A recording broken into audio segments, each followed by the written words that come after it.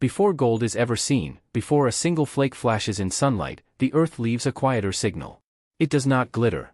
It does not announce itself. It waits inside the bedrock where pressure, time, and fracture tell a story older than any map.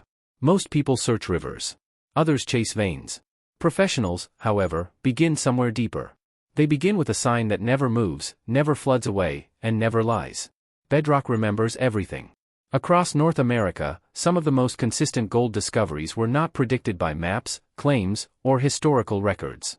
They were predicted by a subtle change in stone, a texture, a break, a surface that behaves differently under pressure and water. The hidden difference between surface gold and trapped gold. This sign is rarely discussed outside professional geology. Yet, it has guided discoveries for more than a century. And once you understand it, maps become secondary. Gold does not choose its location randomly. It obeys physics.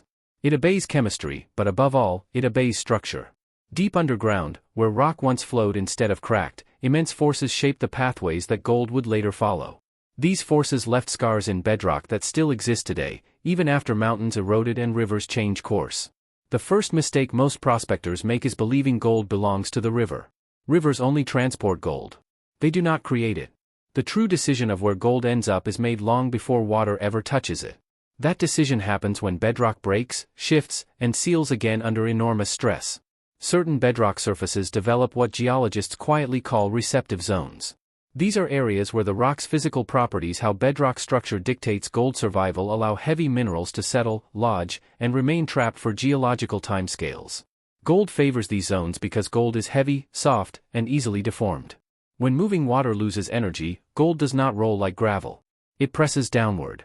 It searches for resistance and bedrock provides it. But not all bedrock is equal. Smooth, polished bedrock often signals past glacial movement or prolonged water abrasion.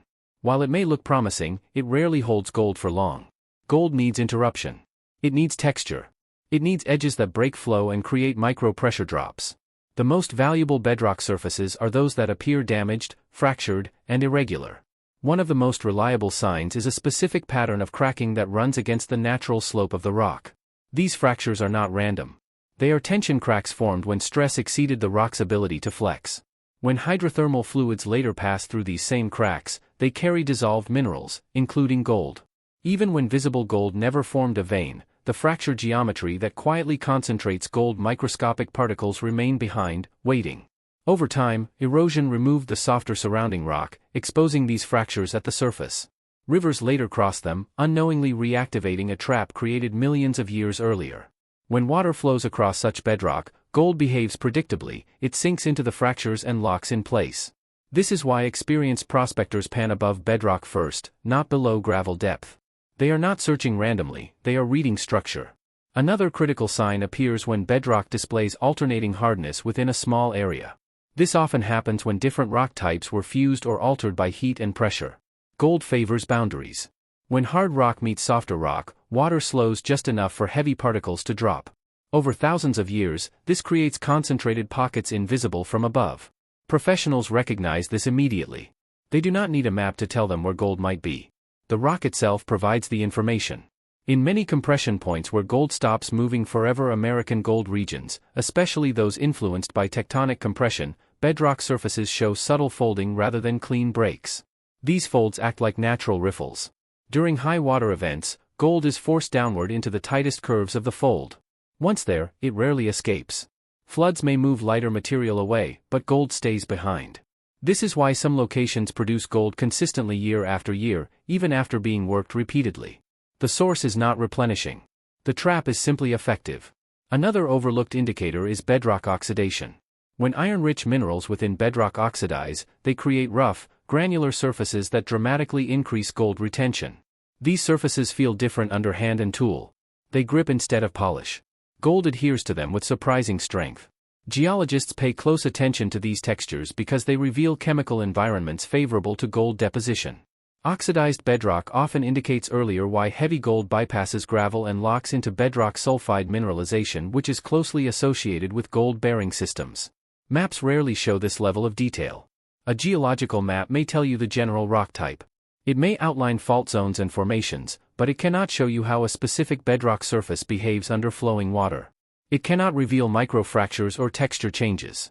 Those signs must be read in person, stone by stone. This is why some of the richest placer gold areas in the United States were discovered after decades of being overlooked. The information was always there embedded in the bedrock itself. It simply required a different way of seeing. Gold responds to gravity, resistance, and confinement. Bedrock provides all three. When the right sign appears, it predicts gold more accurately than any historical record. And once you learn to recognize it, you stop chasing gold blindly. You start predicting it. Once you begin to read bedrock as a record rather than a surface, patterns start to emerge with surprising clarity. What once appeared like random stones suddenly behaves like texture signatures that indicate long-term gold retention, a map written in texture, angle, and resistance. The Earth, it turns out, has been marking gold locations all along. It simply does not mark them in ink. The most telling bedrock signs rarely appear in isolation. They combine. A fractured surface aligns with a hardness boundary. A change in texture coincides with a subtle shift in slope. When these elements converge, gold's behavior becomes almost inevitable. Water loses energy. Pressure changes. Heavy particles respond instantly. Gold settles where physics demands it must. One of the strongest confirmations comes from how sediment behaves above bedrock. When coarse gravel abruptly transitions to compacted fines directly over a fractured or folded surface, it signals repeated sorting events. Flood after flood, lighter material is swept away while gold sinks deeper, driven into the same traps again and again. These zones are not accidents. They are persistent.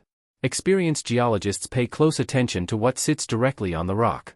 Clay layers, especially those rich in iron oxides, act like sealing membranes. Once gold passes through them during ancient erosion cycles that repeatedly recharge gold zones' high energy flow, it becomes extremely difficult to remove. Even aggressive floods fail to dislodge it. This is why some bedrock cracks yield gold long after surrounding areas are depleted. Another critical indicator lies in orientation. When fractures or grooves cut across the direction of water flow instead of running parallel to it, gold accumulation increases dramatically. Flowing water cannot maintain velocity across these interruptions. Micro-eddies form, pressure drops, gold reacts instantly, pressing downward into the rock where movement nearly stops. This principle applies not only in rivers but in ancient channels long buried under sediment. Even when water is no longer present, the bedrock retains its signal. Miners who understand this can predict gold locations beneath dry ground, guided by structure rather than guesswork. Heat-altered bedrock provides another powerful clue. In areas once affected by hydrothermal activity, the rock often appears bleached, hardened, or chemically altered. These zones indicate that mineral-rich fluids once passed how professionals verify a productive bedrock trap through depositing metals at depth. When erosion later exposed these surfaces, they became prime locations for secondary gold concentration. Gold softness plays a crucial role here. Unlike quartz or magnetite, gold deforms under pressure. When trapped in bedrock irregularities, it flattens, molds, and locks itself into place. This is why bedrock gold often appears worn, compacted, and tightly embedded rather than loose and shiny. Its shape tells a story of how long it has remained undisturbed. Professionals do not chase sparkle.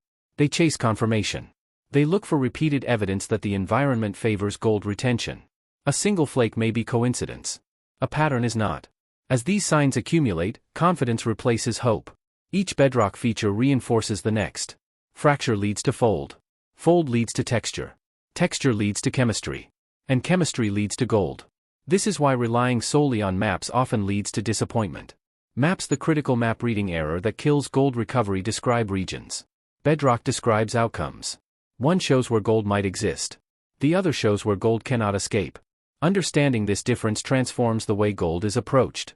Prospecting becomes predictive rather than reactive. Every step is informed. Every decision grounded in physical reality rather than chance. And perhaps most importantly, this knowledge narrows focus.